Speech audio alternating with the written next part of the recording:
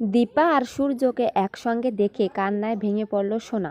হ্যাঁ বন্ধুরা, আমরা এমনটাই দেখতে পাবো অনুরাগের ছোঁয়া ধারাবাহিকের আজকের পর্বে। দীপাকে যখন কাকিমণি অপমান করতে থাকে তখন কাকামণি দীপার পক্ষে কথা বলে আর কাকিমণিকে উচিত জবাব দেয়। দীপা উর্মিকে জড়িয়ে ধরে আর কান্না করতে থাকে, বলতে থাকে সবটা আমার কপালের দোষ, তা না হলে নিজের মেয়েরাই আমাকে পছন্দ করে না। অন্যদিকে হসপিটালে চারু সুস্থ হয়ে যায় আর চারুকে হসপিটালে দেখতে যায় সূর্য।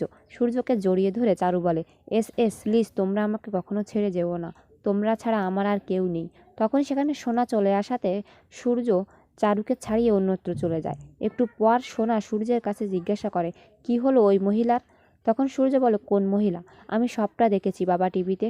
তখন সূর্য মোবাইলে সবটা দেখায়। সোনা কান্নায় ভেঙে পড়ে আর হাঁপাতে হাঁপাতে বলে, আমার মা যাই হোক না কেন চুরি করতে পারে না, এমন কাজ আমার মা কখনোই করতে পারে না।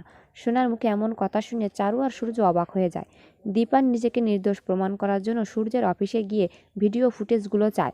অফিসের লোক ফোন দেয় সূর্যের কাছে আর অনুমতি চায়। তখন সোনা বলে, বাবা অনুমতি দিয়ে দাও। সূর্য তখন ফুল অনুমতিটা দিয়ে দেয়। অন্যদিকে হসপিটালে জয়ীর অপারেশনের জন্য নিয়ে যাওয়া হয়। তখন ছদ্মবেশে সেখানে যায় মিশকা আর জয়ীর যে রূপা, এটা স্বাক্ষরবাবুর কাছ থেকে সবটা জেনে নেয় সে। আর মনে মনে নতুন ষড়যন্ত্র করতে থাকে আর হাসতে থাকে। তো বন্ধুরা, অবশেষে মিশকা কী ক্ষতি করতে চলেছে রূপার সঙ্গে? কমেন্ট করে জানিয়ে দিন আপনাদের মত।